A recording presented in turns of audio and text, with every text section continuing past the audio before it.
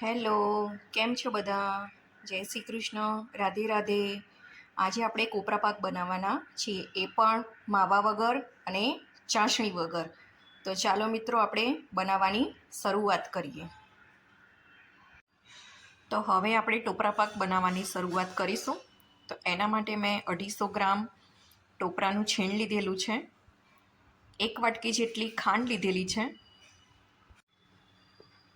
અને 1 લીટર ફૂલ fat cream ભેંસનું દૂધ લીધેલું છે.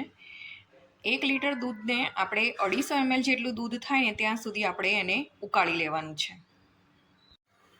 હવે આપણે ગરમ દૂધમાં કેસર પલાળીને એક સાઈડ રાખી દીધેલું છે. જ્યારે આપણું દૂધ 200 ગ્રામ જેટલું કમ્પ્લીટ થઈ જાય 1 લીટરમાંથી, ત્યારે પછી આપણે આ નાખીશું.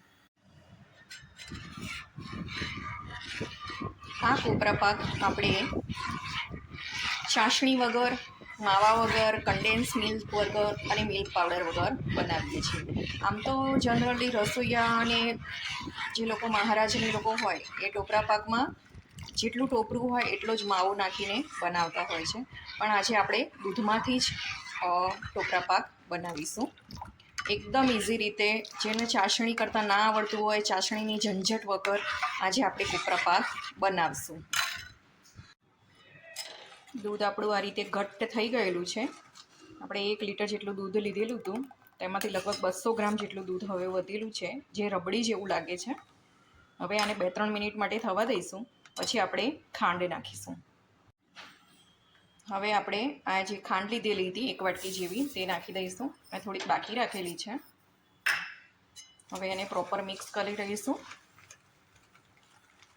ખાંડનું બધું જ પાણી બળી જાય ત્યાં સુધી આપણે કૂક કરવાનું છે. લગભગ 5 થી 7 મિનિટ જેટલો સમય લાગશે.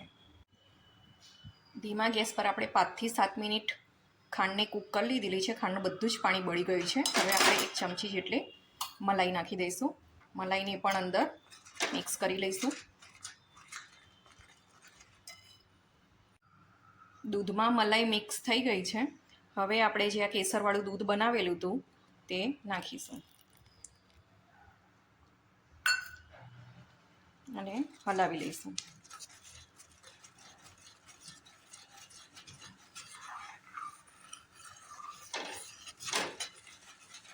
હવે આપણે કોપરું મિક્સ કરીશું.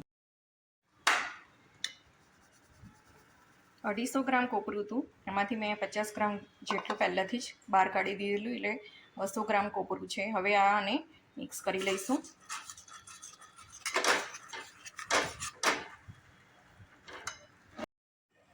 હવે આપણે 2 ચમચી ઘી નાખી દઈશું.